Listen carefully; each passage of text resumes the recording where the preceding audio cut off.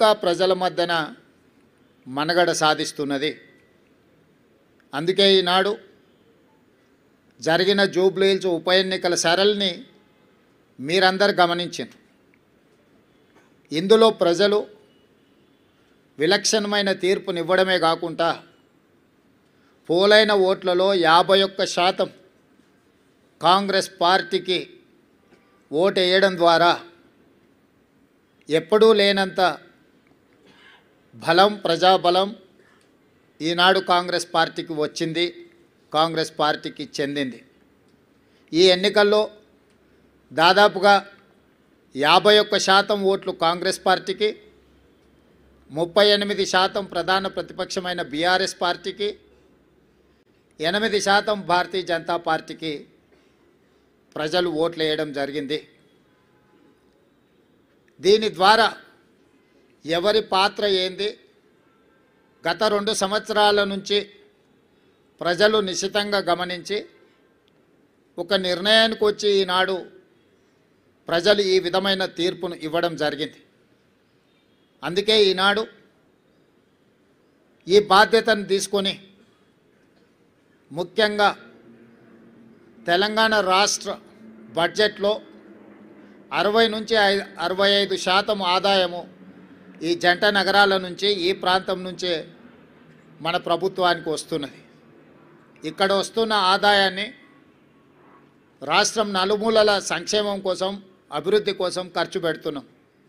ఈ నగరాన్ని కాపాడుకోవడం, ఈ నగరాన్ని అభివృద్ధి చేసుకోవడం, ఈ నగరంలో నివసిస్తున్న ప్రజలకు మౌలిక వసతులను అభివృద్ధి చేయడం, ఉద్యోగ ఉపాధి అవకాశాలు పెరగడానికి అవసరమైన ప్రణాళికలు రచించడం అనేదాన్ని పూర్తి స్థాయిలో మా ప్రభుత్వం నిర్వహిస్తుంది. నేను ఎన్నికల ముందు చెప్పిన ఈనాడు గెలిచిన సందర్భంగా మీ ద్వారా ప్రధాన ప్రతిపక్ష పార్టీకి, కేంద్రంలో అధికారంలో ఉన్న భారతీయ జనతా పార్టీకి కూడా సూచన చేస్తున్నా. మన పాత్రలను, మన వ్యవహార శైలిని ప్రజలు నిశితంగా పరిశీలించి ఈనాడు ఒక నిర్ణయానికి వచ్చిండ్రు. ఈ నిర్ణయంలో ఎవరి పాత్ర, ఎవరి బాధ్యత ప్రజలు విస్పష్టంగా తీర్పునివ్వడం జరిగింది. ఈ తీర్పును బాధ్యతగా తీసుకొని ఈ నగర అభివృద్ధి కోసం అవసరమైన, ఈ నగరాన్ని మహానగరంగా విస్తరించి ప్రపంచ స్థాయి పెట్టుబడులను ఆకర్షించి వివిధ జిల్లాలు, వివిధ రాష్ట్రాలు, వివిధ దేశాల నుంచి వచ్చే పెట్టుబడులను ఆకర్షించడమే కాకుండా ఉద్యోగ ఉపాధి అవకాశాలకు విస్తరించే విధంగా నగరాన్ని అభివృద్ధి చేయాలనుకుంటున్నాం.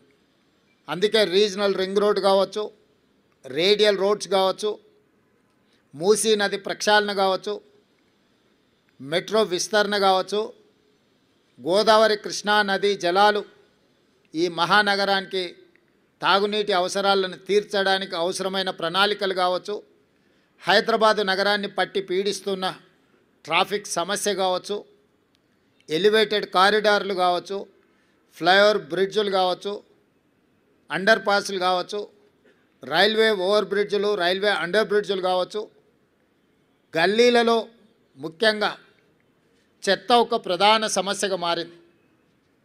సిటీలో చెత్త ఎక్కడ పడితే అక్కడ దర్శనమిస్తున్నాయి. పారిశుద్ధ్య పనులలో సమస్యలను మేము పరిగణలోకి తీసుకుంటున్నాం.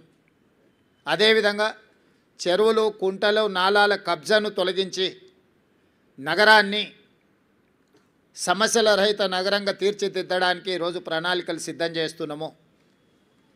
వీటన్నిటికీ సంబంధించి ప్రధాన ప్రతిపక్షము బీఆర్ఎస్ సోషల్ మీడియాను, విష ప్రచారాన్ని, తప్పుడు వార్తలను, పెయిడ్ ఆర్టికల్స్ని, ఫేక్ సర్వేలను, వీటన్నిటి మీద ఆధారపడి ప్రభుత్వాన్ని అవహేళన చేయడము, అవమానించడము, అసహ్యకరమైన భాషలో దూషించడం లాంటి వార్తలను ప్రసారం చేసిండ్రు.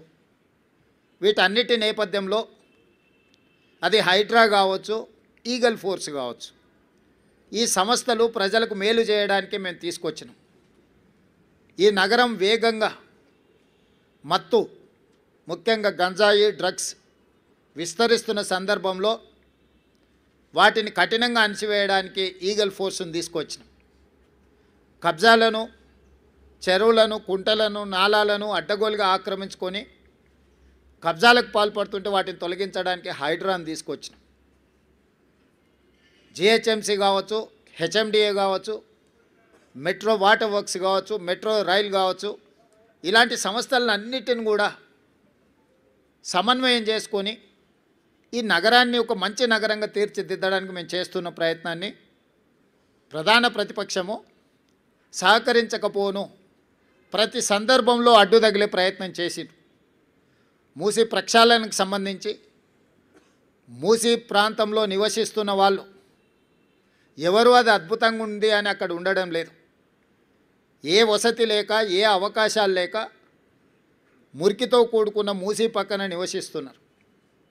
వాళ్ళకు ఒక మంచి వసతులు ఏర్పాటు చేసి వాళ్ళకు ఉపాధి కల్పించి వాళ్ళ జీవన ప్రమాణాలు పెంచి వాళ్ళ పిల్లలకు ఒక మంచి చదువులు, వాళ్ళకు ఒక మంచి వైద్యాన్ని, వాళ్ళకు ఉపాధిని కల్పించాలని చెప్పి మా ప్రభుత్వం చేస్తున్న ప్రయత్నాలను ప్రతి నిమిషం ప్రతి క్షణం అడ్డు తగిలి అన్ని రకాలుగా వీటన్నిటిని అడ్డుకునే ప్రయత్నం చేసిండ్రు. అదేవిధంగా కేంద్రం నుంచి తీసుకురావాల్సిన అనుమతులు కానీ ఇవ్వవలసిన నిధులను రాబట్టుకోవడానికి ముఖ్యంగా కిషన్ రెడ్డి గారు సహాయ నిరాకరణ చేస్తుండ్రు. ఈనాడు ప్రధాన ప్రతిపక్షంలో శాసనసభ్యులు కేటీఆర్ గారు, శాసనసభ్యులు హరీష్ గారు, అదేవిధంగా కేంద్ర ప్రభుత్వంలో కేంద్ర మంత్రిగా ఉన్న కిషన్ రెడ్డి గారు, ముఖ్యంగా ఈ ముగ్గురికి ప్రధానమైన బాధ్యత ఉన్నది.